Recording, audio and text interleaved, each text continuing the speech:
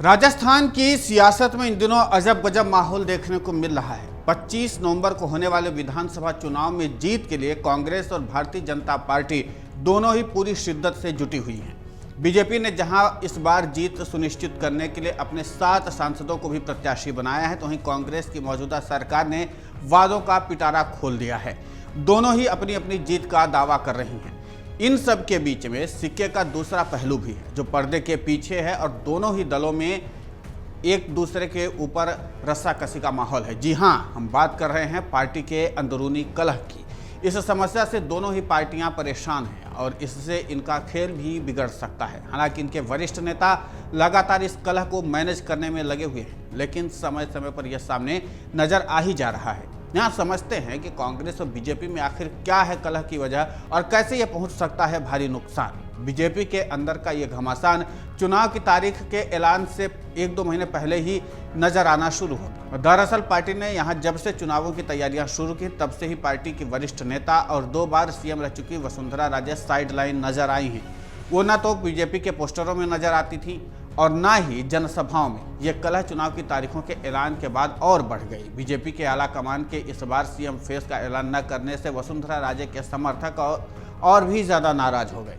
इसके बाद पूर्व सीएम राजे के खेमे में कई विधायकों के टिकट कटने से भी मामला और बिगड़ गया। टिकट को लेकर के वसुंधरा राजे को किनारे किए जाने को लेकर के भी राज्य के कई इलाकों में पार्टी कार्यकर्ता विरोध करते नजर आए। अगर पार्टी ये आंतरिक कलह समय रहते ठीक नहीं कर लेती है तो वसुंधरा राजे के समर्थक, वोटर और पार्टी कार्यकर्ता बीजेपी से दूरी बना सकते हैं। ऐसी स्थिति में बीजेपी के लिए जीत आसान नहीं होगी। ऐसा नहीं है कि नतीजे आने के बाद सब कुछ ठीक हो जाएगा। वसुंधरा राजे का खेमा नतीजा आने के बाद पार्टी की चिंता बढ़ा सकते हैं। अगर वसुंधरा को उचित जिम्मेदारी नहीं मिलती है तो उस स्थिति में उनके समर्थक विधायक बागी भी हो सकते हैं। कांग्रेस में भी कलह कम नहीं है।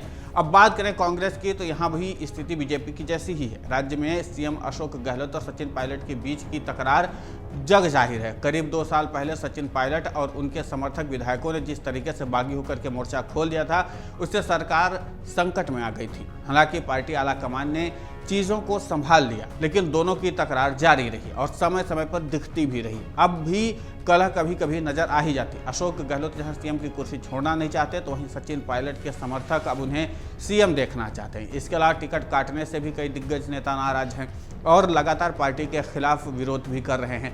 पार्टी में अगर फिर से सीएम की कुर्सी को लेकर के सचिन पायलट और अशोक गहलोत आमने सामने होंगे तो इस बार फिर से दोनों खेमे के विधायक एक दूसरे के खिलाफ मोर्चा खोल सकते हैं। यह स्थिति पार्टी को नुकसान पहुंचा सकती है।